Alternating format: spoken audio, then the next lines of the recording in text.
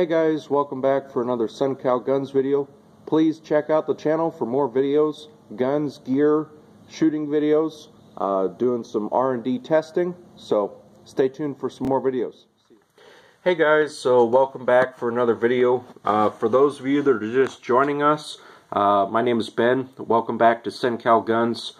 Gonna do a quick little discussion talk about 22 ammunition. The stuff in front of you guys is some CCI standard velocity 22 long rifle.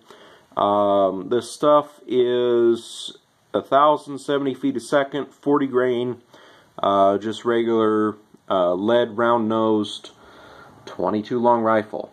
The gun that's sitting in front of you guys, have quite a few of these. Ruger 1022.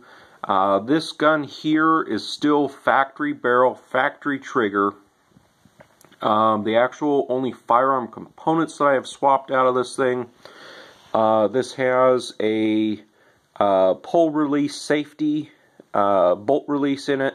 So if the bolt's locked to the rear, you're able to pull it and it jumps forward. Makes it a whole lot easier than having to pull it back, press and release, and then let the deal go. This does have a aftermarket Magpul Hunter stock on it. If you guys want to check out the channel, here's a pretty good little review video of that I put up there. Right now in the process of doing some R&D testing on the scope. The scope is something I picked up off of eBay. It's a 6x24x50. If I was to tell you guys that, just kind of think in number in the back of your head. What do you think I paid for it? I'll give you guys a second. I ended up paying $37 for the scope, and you guys are going, okay, yeah, it's just a cheap Chinese piece of crap. Well, but think about that for a second. 22 long rifle, 22 basically does not kick or have any felt recoil that's going to shake it loose. Would that work? Well, that's what I'm right now in the process of trying to figure out. So went down to the range today, got to get in a little bit of shooting. The thing that's kind of nice, give you guys a little bit of a philosophy that I have. When 22 goes on sale, I try and buy some. I don't completely go banana crazy and stockpile it, but per each one of the rifles that I have that are 22, I'm going to just take the guess and guess I've got maybe 2,000 or 3,000 rounds per rifle. But for those of you that are thinking, oh yeah, you're just hoarding ammunition, if I was to guess, for instance, guys, today I'm guessing I went through 150, 200 rounds today. So realistically, per rifle, yeah, that's not going to last me that long. Guys, try and do what you can to try and find some of the best deals. Shop around. I've had some pretty bad experiences out here in California with Walmart, like quite a few of you guys have, especially with 22. They tend to hoard it, hide it, do all sorts of hanky-panky. So the stuff in front of you guys, the CCI, is circa 2006. Little heads up for you guys, when I buy boxes of ammunition, I put a Sharpie date on it. That way then I know, okay, what's newest, what's the oldest. Try and burn your oldest stuff first. With ammunition, I tend to have some of this stuff once in a while. I do lose a box in the ammunition cabinet. But then you know, okay, pull the box out. Oh, this is 2012, 2012, 1996. Uh-oh. So, yeah. If you guys keep this stuff dry, no moisture, no humidity, realistically it should stay just fine, but you never know. One little major trick, storing it in some sort of cabinet that has a gasket seal or ammunition cans or something. Just try and keep the humidity out of this stuff. Humidity is your worst enemy, especially primers. That's what tends to make them go bad. So, with this Ruger 1022 that's in front of you guys, the thing that I have noticed personally, between all the different ones I have, these do not like 32 grain ammunition. I don't know what it is. I've tried multiple brands, multiple velocities, copper jacket, lead, you name it, I've tried it. Doesn't like them. I tend to have way more stovepipes. Stovepipes are basically the rounds coming out the side of it. It failed to eject or didn't cycle the bolt all the way. It is a whole lot of different issues. And just in case you guys are wondering, no mag. Chamber flag's in this thing. The chamber flag has a stinger that's going down into the chamber, so this has been completely safety checked before the video. So 40 grain ammunition. Okay. So then getting into subsonic. Subsonic, you run into the same sort of issue. Because the round is moving a whole lot slower, they can't put as much powder in it because they don't want it to go supersonic, making crack, making way more noise, yada yada yada. With these rifles, because it's still factory stock bolt, factory spring, I could swap all that out to get a rifle to be able to run subsonic ammunition. I've always just had a problem with it, and realistically myself, hey, I'll just keep the regular stock ammunition, run that. With lead or copper jacket, realistically I've noticed both will run through this rifle no problem. 22, you will run into a few issues of light charges on the powder.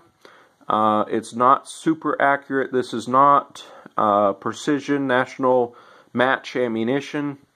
Sometimes, especially when you're shooting, you'll hear that round that doesn't sound quite right. Take a look at it, check it, especially if you don't see that little cloud coming out the front of the barrel. Yeah, you might have not cleared the barrel. So you definitely do not want to have 2 rounds in that barrel. You'll get a very nasty little cartoon carrot top effect going on. Think of Bugs Bunny sticking finger into the end of the gun and it just splits open like a banana peel. Not good. Definitely don't want to have that happen. So with these rifles, about as slow as I will run is this CCI standard velocity. This is 1070. The slowest I think that I've ever run in one of these is 1050. Now, something to keep in mind. For instance, this morning, when I got down to the range, we were sitting at, I think, 40, 42 degrees this morning. Cold ammunition is going to run slower. So I would not be surprised if I was only 1,000 feet a second. Yes, this will drop at least 50, 70 feet per second, which you guys are thinking about, okay, yeah, that's not that big of a difference. Well, except on 22 being low velocity anyways, compared to center-fired ammunition, it's a pretty big deal. Realistically, once we started hitting 9, 10 o'clock, when I was starting to move the target out to 50 and 100 yards, starting to get a little bit warmer, 50, 55, 60 degrees, this ammunition is going to be running at that 1070, what it says. I didn't do it this time, but I've done it in the past. Had a buddy of mine down there with a chronograph, and we run it across there early in the morning and middle of the day, and it is at least 70, 50, 100 feet a second slower. So Same principle does apply if, for instance, it is a whole lot warmer. Let's say middle of the summer, it's 105, 110 degrees. This stuff is going to be booking. Haven't ever been able to test it, but it wouldn't surprise me if that stuff's at least 30, 40, 50 feet a second faster than what they're claiming this is. So just kind of keep that in mind in the back of your head. The faster this stuff travels, the less of an arc you're going to have, and it's not going to do a nosedive. Slower it goes, the more likely it's going to go out and just plummet. So, running this standard Ruger rotary mags that these shoot out of, a great way to be able to shoot them. With me being in the state of California, 10 round limit. There's no reason to stick a banana mag into this thing. And guys, it's a banana magazine, not a clip. Old school stripper clips that you would use to feed, let's say, a military or AK style rifle. You guys can still get them 5.56 on the stripper clips. It's physically holding the ammunition and you're pressing it into either an internal or external magazine. Stripper clip, magazine, big difference.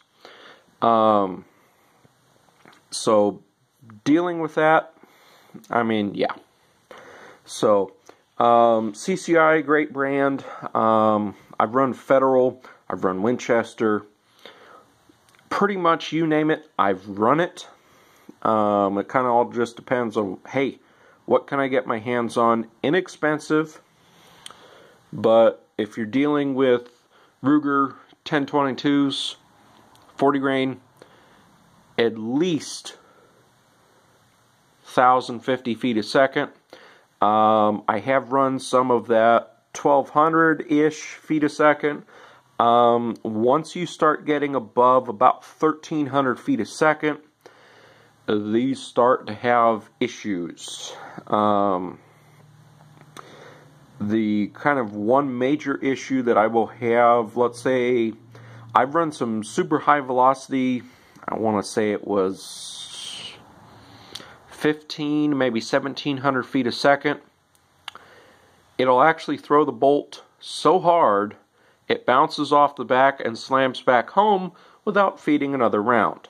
And guys, yes, that is possible on these rifles to do. So 1,050 through maybe about 1,250, maybe 1,300 feet a second would work. So kind of just figured share all that with you guys. So hope you guys enjoyed this. If you guys do have a question, hey, leave me a comment down in the description box. Definitely stay tuned for some more videos, some more reviews. Have several other ideas on some projects that I'm working on right now. Stay tuned for some major updates that are going to be coming up. So, yeah. So, see you guys later. Stay tuned for some more videos.